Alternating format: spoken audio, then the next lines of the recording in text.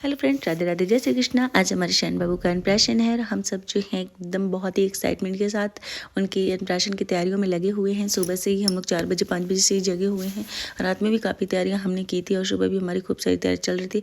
उसके बाद जो शैन बाबू को हम लोग नहलाने की तैयारी करते हैं, उसकी दादी जो है उसके कपड़े निकालती हैं। हमने कटौत में दूध के साथ पानी भी भर के रख दिया था और आप देख सकते हैं कि अभी शैन बाबू नंगू पुंगी हो गए हैं। उनके पापा बैलून फुला रहे हैं और पूरी तैयारियाँ लगभग हो चुकी हैं। खाने की पूरी जो है वहाँ पे हमने सजावट कंप्लीट अभी नहीं की है छप्पन भोग में, क्योंकि कुछ खाने की तैयारियाँ हम लोग खुद से भी कर रहे थे, घर पे भी बनाया था। तो अब फाइनली मैं आ गई हूँ शैन बाबू को नहलाने के लिए साबुन और शैम्पू के साथ। सारे लोग वहाँ मुझे बोल रहे थे, अरे ठीक है बच्चे को इतना साबुन शैम्पू से मत नहलाओ, बहुत ठंडी है बहुत ठंडी है। मैंने बोला ठीक है भाई, पानी गर्म है, नहला लेती हूँ, अभी नहला दूँगी तो नहला दूँगी, फिर पता नहीं 2-3 दिन से पहले नहीं नहलाने वाली हूँ और नहीं बाबू नहाने वाला है, फिर मैं इसको उसमें डाल देती हूँ। अभी तो बहुत बजे से बैठा हुआ रहता है, अभी रोता भी नहीं क्योंकि उसको पानी गर्म फील होता है। अब जैसे ही माँ उसको खड़ा करती है, खड़ा होने के बाद वो रोना शुरू जो करता है मत पूछो। अब जैसे ही उसको बैठाने की कोशिश कर रहे हो, पैर को मोड़ ही नहीं रहा है, खड़ा हो जाता है। फिर भी जैसे तैसे करके उसको बैठाते हैं, उसके बैक पे जैसे पानी डालते हैं, उसको काफ़ी मज़ा आता है। फिर उसके सिर पे थोड़ा थोड़ा करके पानी डालती हूँ, क्योंकि उसके सिर में मुझे शैम्पू करना था। बाबू क्योंकि 3 दिन बाद नहा रहा था तो पूरी अच्छे तरीके से मैं नहलाना भी चाहती थी। तो फटाफट से मैंने शैम्पू निकाला, बाबू के सिर में जो है शैम्पू करना मैंने शुरू कर दिया। सब लोग बोल रहे हैं बस करो यार। तभी मुझे देखिए दीदी मेरी आ गई, मुझे दिख गई और मेरे साइड में जीजा जी जो है खड़े हो गए थे। वो आकर माँ को प्रणाम करते हैं उसी दौरान, और मेरी 2 दीदियाँ आ जाती हैं। देखिए एक और दीदी जो कि दिख रही है, प्रणाम कर रही है और मैं शैम्पू करने में एकदम लगी पड़ी हूँ। भाई जल्दी जल्दी फटाफट बाबू को करके नहलाना भी है। जो ही लोग आ रहे हैं वही लोग मुझे यही बोल रहे हैं कि अरे बस करो यार, बच्चे को क्यों इतना नहला रही हो, ठंडी में क्यों नहला रही हो। अब मैं कहाँ मानने वाली थी, मैंने भी फटाफट से बाबू को नहला ही दिया कि अब नहला ही देती हूँ भाई। तो उसके बाद शैम्पू हमारी लगभग तैयार हो चुकी थी। अब बाबू जो है देखिएगा फटाक से जो है वो एक बारी ऐसे मतलब इतना अनबैलेंस हो जाता है ना कि क्या बोलूँ मैं, संभालना उसको मुश्किल है। मैं साबुन फटाफट कर रही थी, तब तक जो ये देखिए बाबू गिरते गिरते बचता है। हमने तो बचा लिया, फाइनली इसको चोट लगने से बच गया। और इसने इतना मतलब रो के इतना कर दिया था ना, कितनी मुश्किल से हमने पकड़ा था हमें ही पता है। जल्दी जल्दी से मैंने बोला कि भाई थोड़ा सा मुझे फेस में तो साबुन इसके लगा लेने दो। मैं आगे से गई, आगे जाके फ्रेश पानी से इसको नहलाना था, क्योंकि मुझे तो मैं जल्दी से गर्म पानी मिक्स करके रखी हुई थी बाल्टी में। तो मैंने फटाफट से जो है बाबू को गर्म पानी के साथ नहला दिया। अब उसके बाद इसकी मासी जो थी उसे रेडी कर रही थी।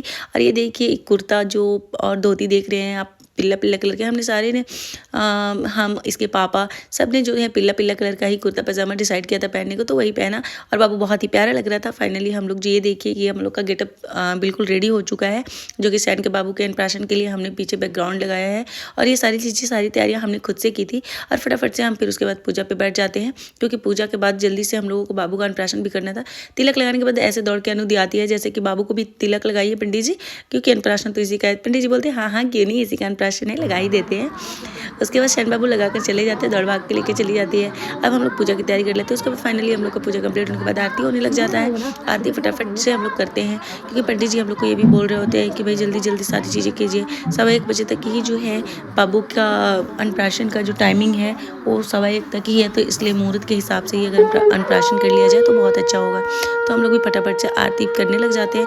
हमारी आरती भी लगभग कंप्लीट ही होने वाली रहती है। अब पंडित जी इतने धीमे धीमे से आरती कर रहे होते हैं ना, हमें सुनाई भी नहीं देता। पापा जी शंख बजा रहे होते हैं और शंख की आवाज़ दो तो क्या बोलूँ, बहुत अच्छा लगता है। शैन बाबू भी आरती में खड़े थे, लेकिन वो बहुत परेशान हो रहे थे, पता नहीं क्यों रोए ही जा रहे थे। उनको झुलाया जा रहा है, हिलाया जा रहा है, डुलाया जा रहा है, पर वो रोए ही रोए जा रहे हैं।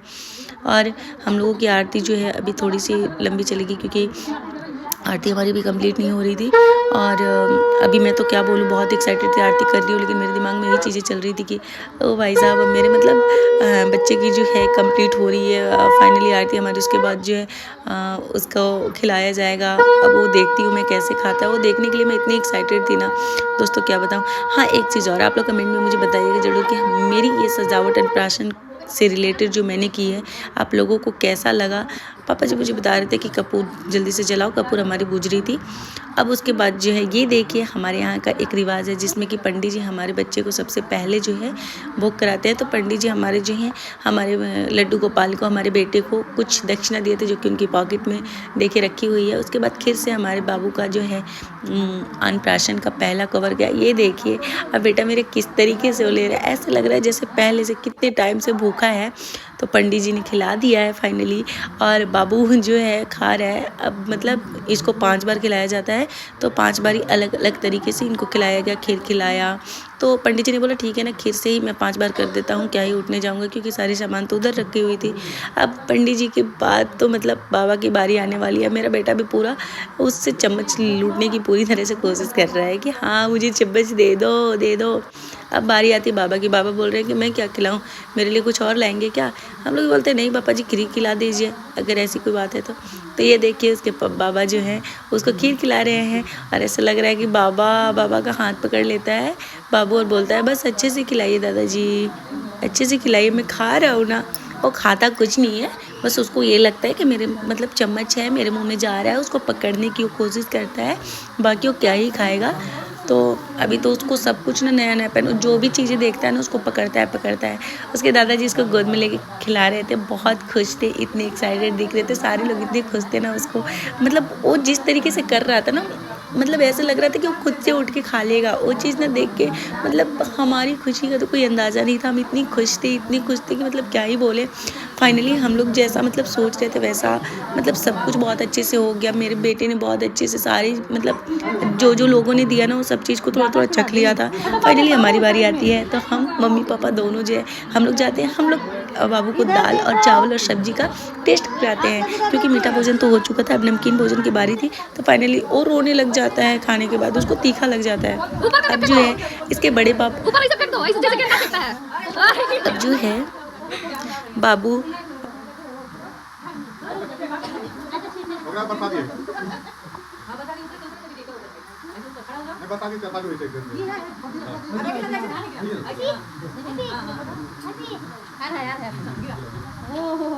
देख भी रहा है, देखत रही सब गिनी